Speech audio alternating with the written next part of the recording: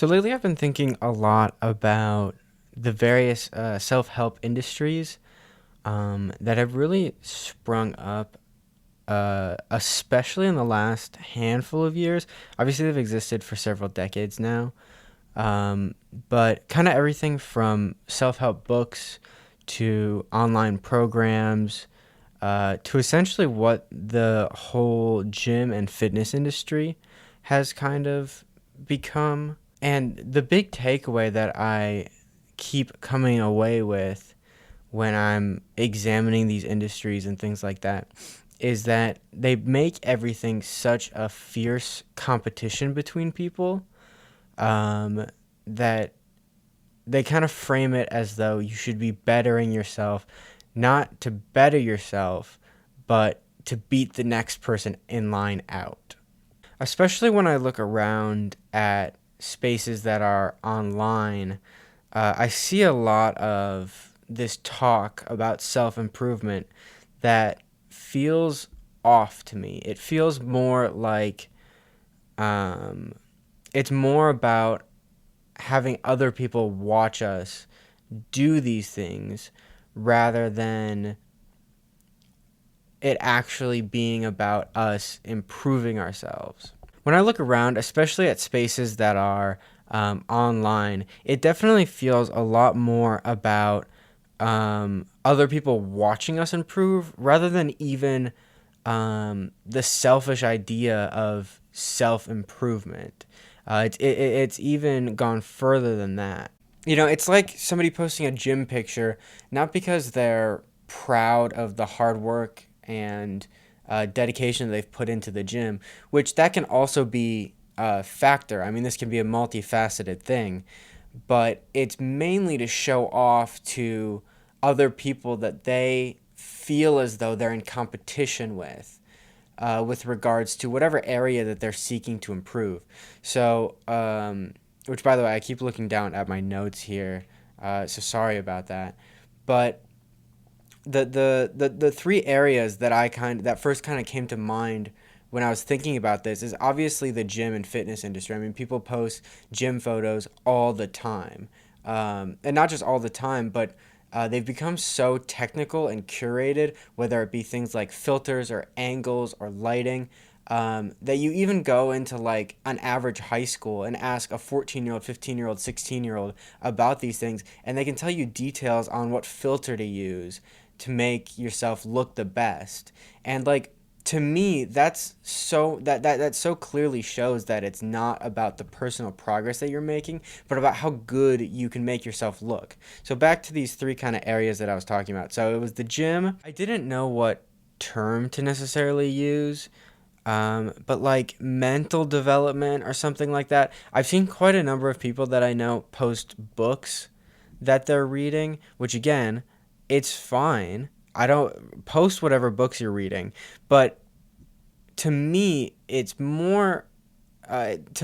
obvious that you are trying to send a message about who you are, what you're developing, why you're better than other people, rather than developing that yourself.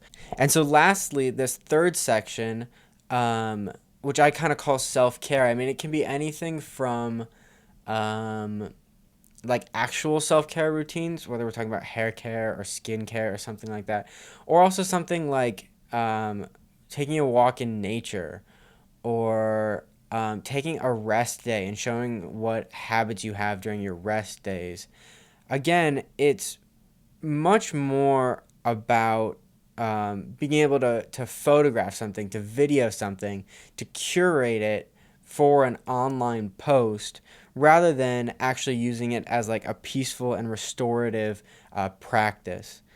Um, I would just like to also kind of put this caveat in that I'm not above this stuff. I post gym photos. I post photos of what I'm reading, or I post photos on just like cool places that I'm hanging out on days off and stuff like that. And so I don't necessarily think that that is inherently bad or negative. I just think that it's gone so far, and I think that there's no perspective from like a collectivist point of view, I generally kind of see people fall into two categories as to why they feel as though they're um, improving themselves. Number one is obviously what I talked about before, which is just competition with others. You're working out so you have a better body than other people, so you can post that on social media. Or you're lifting more weights and you're posting how much, like a new PR on your Instagram story. And so some people do self improvement things purely for competition based reasons. The other reason that a lot of people posit as like a as like the morally correct reason why you should be self improving is the selfish view, which is I'm self improving for myself. I'm doing it for myself. I'm doing it in the darkness. I don't care if anybody's watching. I'm just doing it for myself. And I don't think that that's all bad. I think that you should be self improving because you love yourself. You should be working out because you love your body and you want to be able to use it in more interesting and extravagant ways. Or you're reading to develop your mental capacity and your thoughts and be able to engage in conversation at a higher level about really important topics. Or going out into nature and taking a day of self care. The studies show, I mean, whether we're talking about stress level or longevity or enjoyment in life, all of these things bring significant benefits, selfishly speaking. And so I'm not disagreeing with any of that. I just simply kind of want to add a third reason that I don't feel like is talked about at all as to why somebody might want to improve themselves. And because I'm often criticizing individualism and the individualistic nature of the society that I live in, I was kind of looking for a different perspective as to why somebody would want to improve themselves. And so that's when I kind of stumbled upon this reading from John Stuart Mill that I feel as though really relates to this topic. So in his essay on liberty, there's a part where he's talking about individuality and self-expression and why they're so important. And so he makes this really beautiful point about self-development that contradicts the philosophy, the old philosophy of Calvinists at his time, which was that if you are obedient, that is the highest good that you can do or be as a person, is just be obedient, and obviously be obedient to God. And so John Stuart Mill disagrees with this. He makes this point as to another reason why somebody should enrich their lives or develop themselves. And so this is the exact quote that he says. And as the works partake the character of those who do them, by the same process human life also becomes rich, diversified, and animating, furnishing more abundant aliment to high thoughts and elevating feelings, and strengthening the tie which binds every individual to the race, by making the race infinitely better worth belonging to. In other words, his argument essentially boils down to the fact that not only does developing ourselves as human beings enrich our own lives, but it also enriches humanity as a whole and makes humanity better to belong to.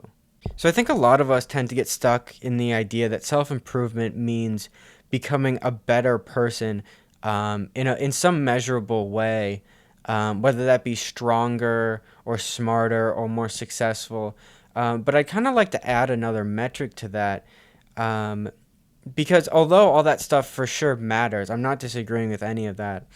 I definitely think that the way that we affect others and the way that we add to society, to the society around us, or the way that we add to our community, or the way that we add to our species as a whole, should also be an area that we look at when measuring why we want to develop as human beings. So to conclude things here, I will still be working out and reading books and taking walks in nature to better myself, to make my own life more enriched, to develop my own faculties for personal reasons, for selfish reasons. But I just kind of wanted to add a different perspective that I felt like had never really been talked about before, especially with regards to how individualistic the self-development and self-growth industries have become over the last several years. So I think it's just something kind of worth remembering when we're looking for not only the areas that we want to develop in, but why we want to develop these areas. Um, if you want to work out uh, because you want your body to look better, or you want to read a book because you want to be smarter on a topic, or you want to take a walk in nature so you're less stressful and so you have less stress in your day to day life, I think all of those are perfectly reasonable. I would just like to add another thing, another aspect, another perspective to that is that maybe you're working out so then you can strengthen the ties to the people around you. Another way that you could perhaps use it positively is teaching somebody else that doesn't know. So you're selflessly helping them better their own life in that way. Or reading a book not just so you can be more intelligent on a topic for your own personal conversations, but reading a book because you want to seek answers that will help society or humanity as a whole. Or like taking a walk in nature or taking days for rest, not just so you feel less stressed, so you can accomplish more in your day to day life, but so you're a happier person and a better person to be around for the people that you interact with on a day to day basis. So thank you guys for listening to this video. This is my first video on my channel. Um, and these are kind of the types of videos that I want to make, where I just kind of sit down, talk about a new perspective that I feel like I'm bringing to the table, and just kind of get you guys' thoughts, because I'm only one person. I can only do so much research, or I only see so much in my day-to-day life. Whereas, like in this video, for example, I'd love to see in the comments somebody giving an example where this perspective has already been talked about, where a collectivist perspective on self-development or personal growth has already been talked about, because I haven't personally seen it. I feel like I'm bringing something new to the table. And so I'm just really interested to see if other people have seen similar things, if other people have had similar thoughts. So I just kind of want to create a little bit of a discourse, for my own enrichment, but also for the enrichment of others. So if you like this video or it resonated with you, you agreed with their perspective or you disagree with their perspective, share it to somebody who might be thinking about something like this as well. Share it to somebody who you've seen participate in self-development or self-growth industries, whether they're reading a self-help book or just in the fitness industry. But other than that, take care, guys.